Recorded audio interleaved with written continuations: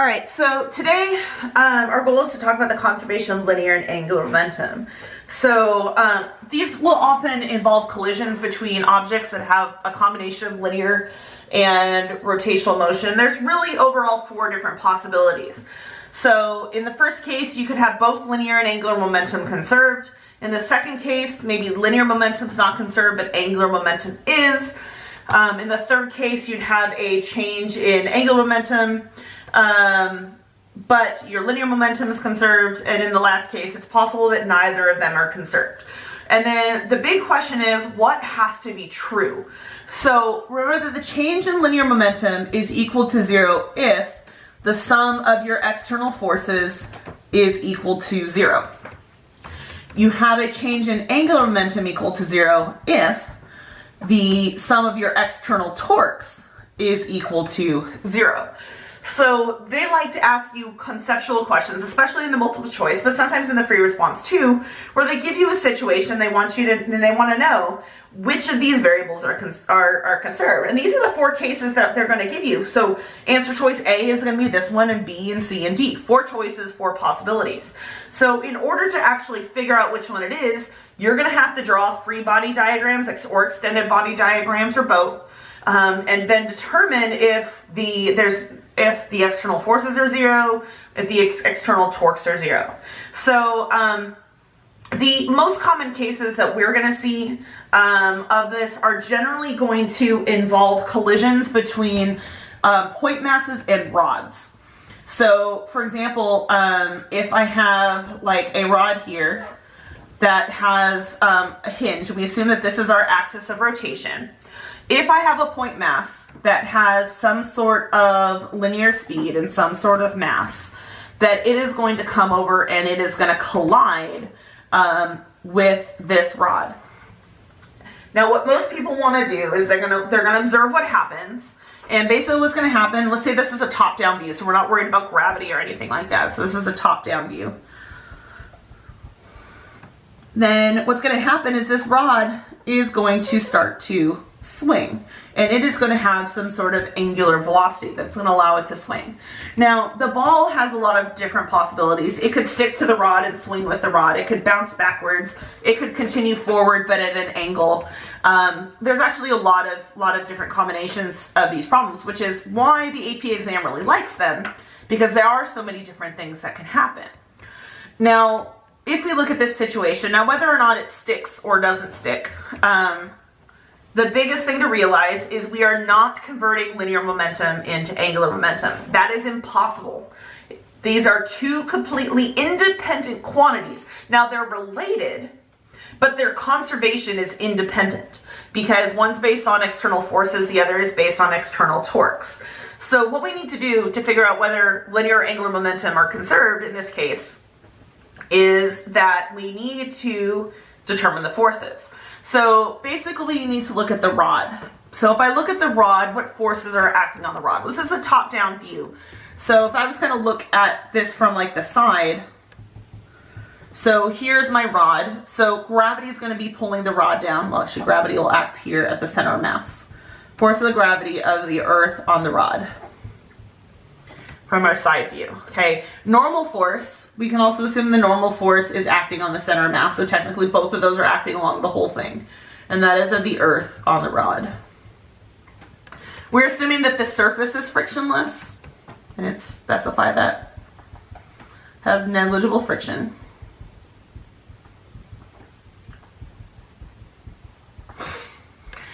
So there's no friction forces to worry about. So that's kind of what's going on there. There'll be some sort of resistive force with the hinge.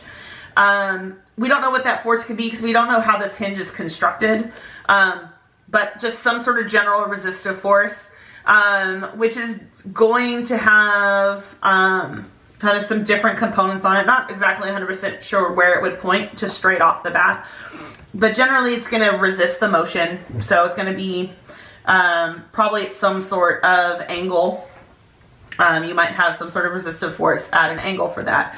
And then the other force on the rod is actually going to be the force of the ball on the rod. So you've got these vertical forces here. because this rod is not moving up or down, these cancel each other out. So these are external forces. They're going to cancel each other out.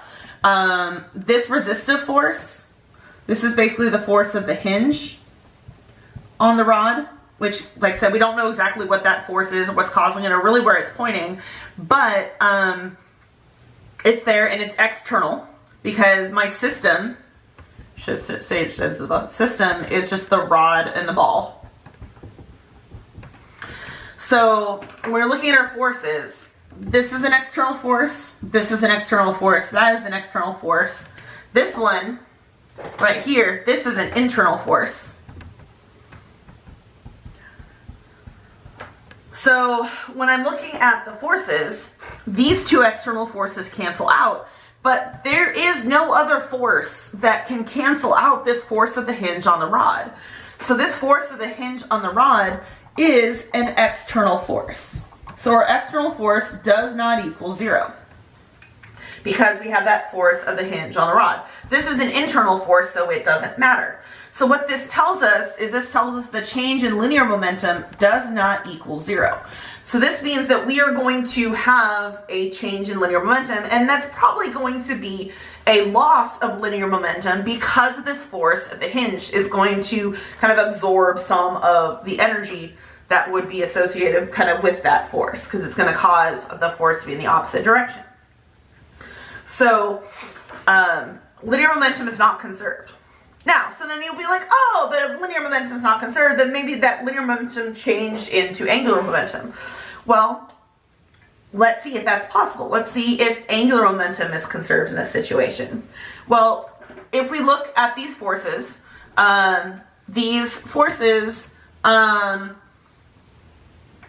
here are basically trying to cause torques. They are at a radius of r from the axis of rotation here.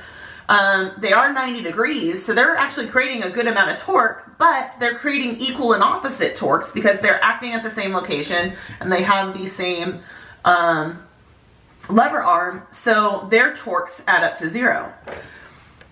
The force of the hinge on the rod is at the axis of rotation, so it is not exerting any torque. So this torque is actually 0.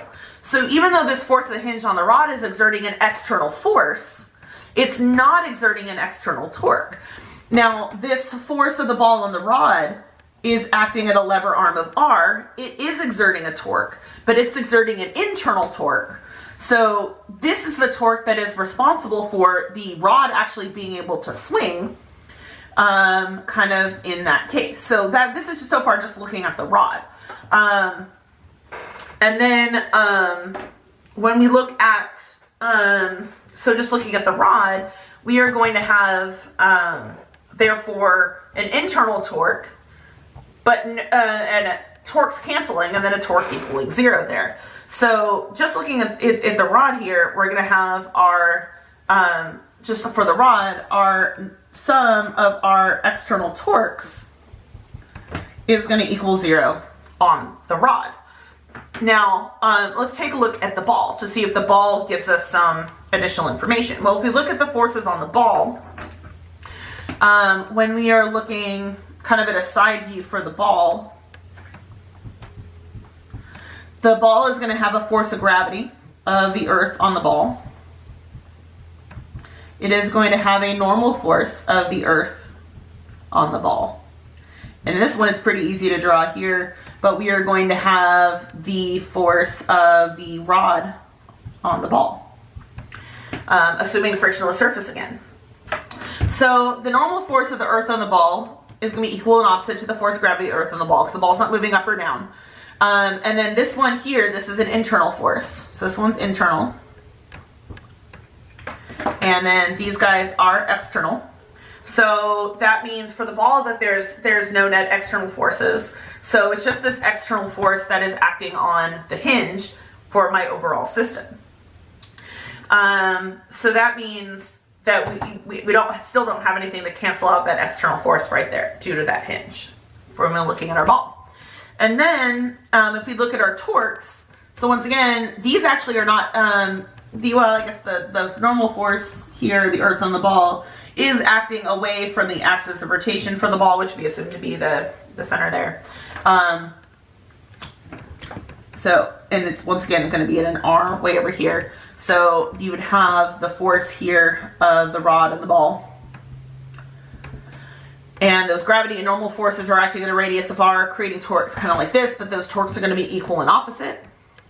And then you are exerting a torque. So there is a torque here due to the ball on the rod, which is why the rod on the ball, and which is why the ball is going to change speeds. It's going to change angular momentums because there's internal torques.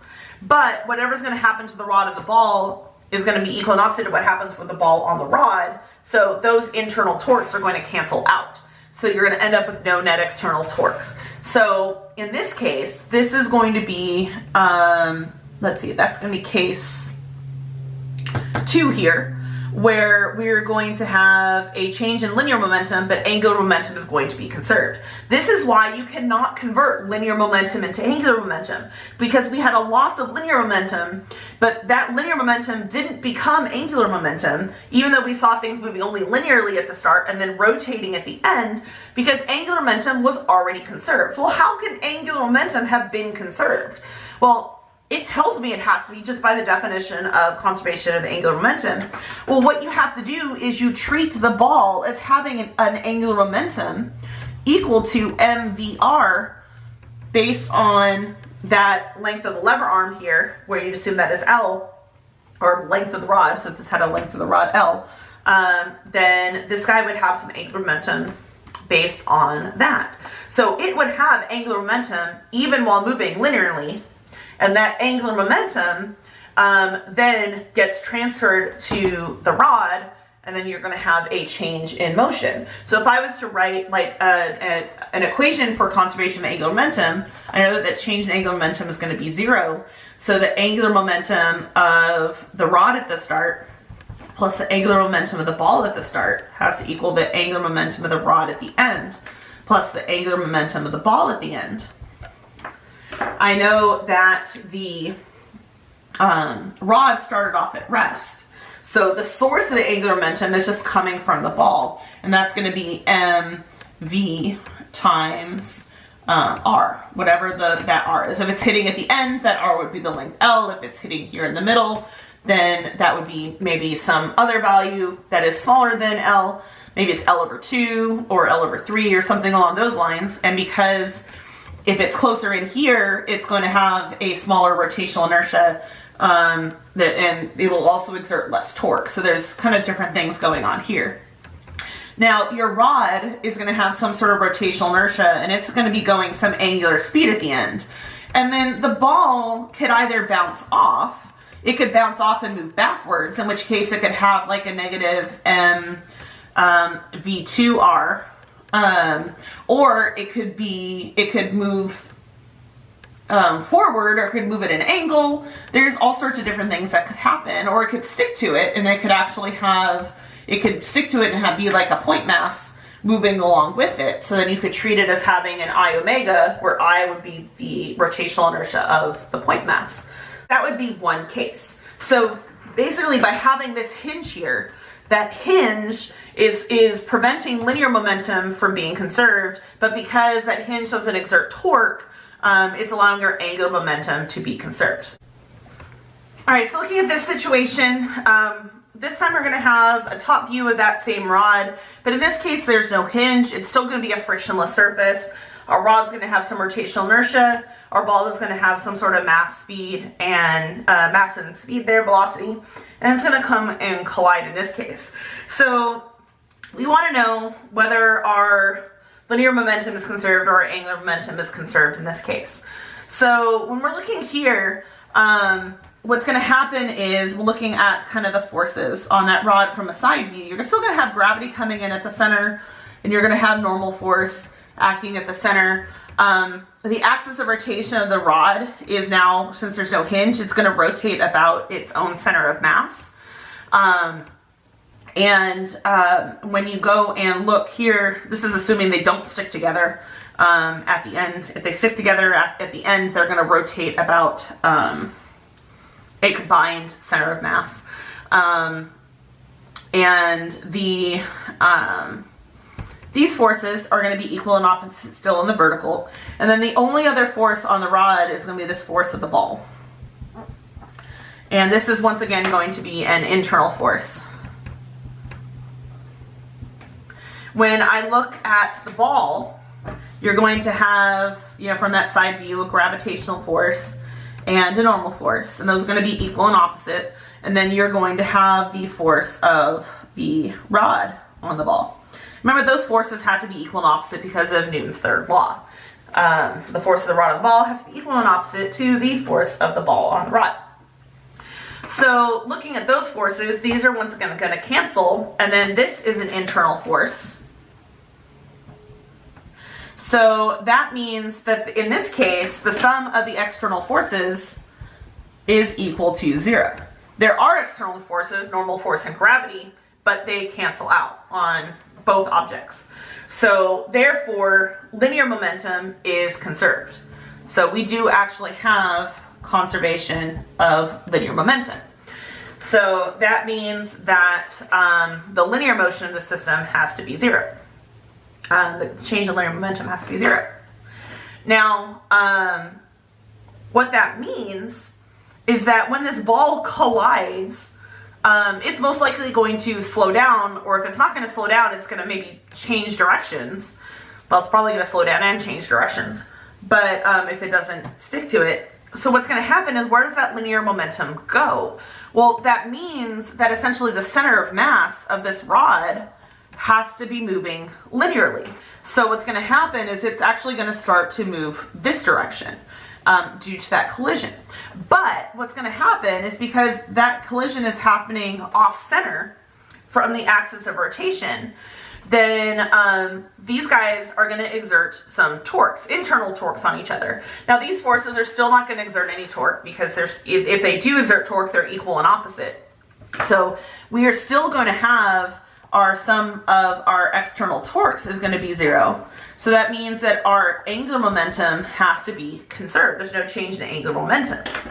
So that means that we treat this ball as having angular momentum and linear momentum kind of at the start, just like it had before. But in the previous example, the linear momentum wasn't conserved because there was a force on the hinge here preventing the rod from translating. It couldn't translate. It could only rotate. So the linear momentum was not conserved. But in this case, the rod is going to spin because it's going to get some sort of angular velocity, but it's also going to translate. So it's going to actually spin like this. And you can try this. You can try this, you know, get like a marker that kind of rolls, and then I don't know, get a marble or something and kind of hit it with it. I don't have a marble, but you can kind of see that if I do that and just hit this kind of off center like that, that it is going to translate and rotate. Whereas if I were to say hit it in the center, then it doesn't rotate. So basically I'm going to have differences in the rotation that I get based on where that collision occurs. So I'm going to get more rotation if I hit it off center, and then if I hit it closer to the center, then I'm going to get maybe no rotation or very little rotation. So, but in those cases, assuming this was like a point mass and I wasn't holding onto it, you're going to get kind of this conservation of angular momentum. So what this means is that I could write an equation for linear momentum, and I could say basically that the linear momentum of the ball at the start plus the linear momentum of the rod at the start would have to equal the linear momentum of the ball at the end plus the linear momentum of the rod at the end. And I would have no linear momentum for the rod because it starts off at rest. So this would just be mv of the ball at the start would equal mv2 of the ball, plus you're going to end up with some of the rod v center of mass. Okay, so that you'll have some motion of the center of mass of that. And of course you can relate the velocity of the center of mass to the angular velocity, just as if this was kind of rolling, which would be kind of fun and interesting. But then you would also have the angular momentum of the ball at the start, plus the angular momentum of the rod at the start, would equal the angular, it's not an angular momentum, would equal the angular momentum of the ball at the end, plus the angular momentum of the rod at the end. And my rod still wouldn't be rotating at the start. Angular momentum of the ball at the start would be mvr, whatever this r value is, based on the length of the rod or something. And then the angular momentum of the ball at the end will depend on what happens. So it could be stuck to it and rotating. But in this case, we said like maybe it bounces back with some new speed. So it's going to have like maybe a negative m v2 times r. And then the rod would have some sort of I omega associated with that. And then you'd be able to link these two equations together essentially by the velocity at the end. And then you could say that VCM would equal to r times omega. So this example would be like an example for problem 1. And then you could conceptually come up with problems for 3 and 4.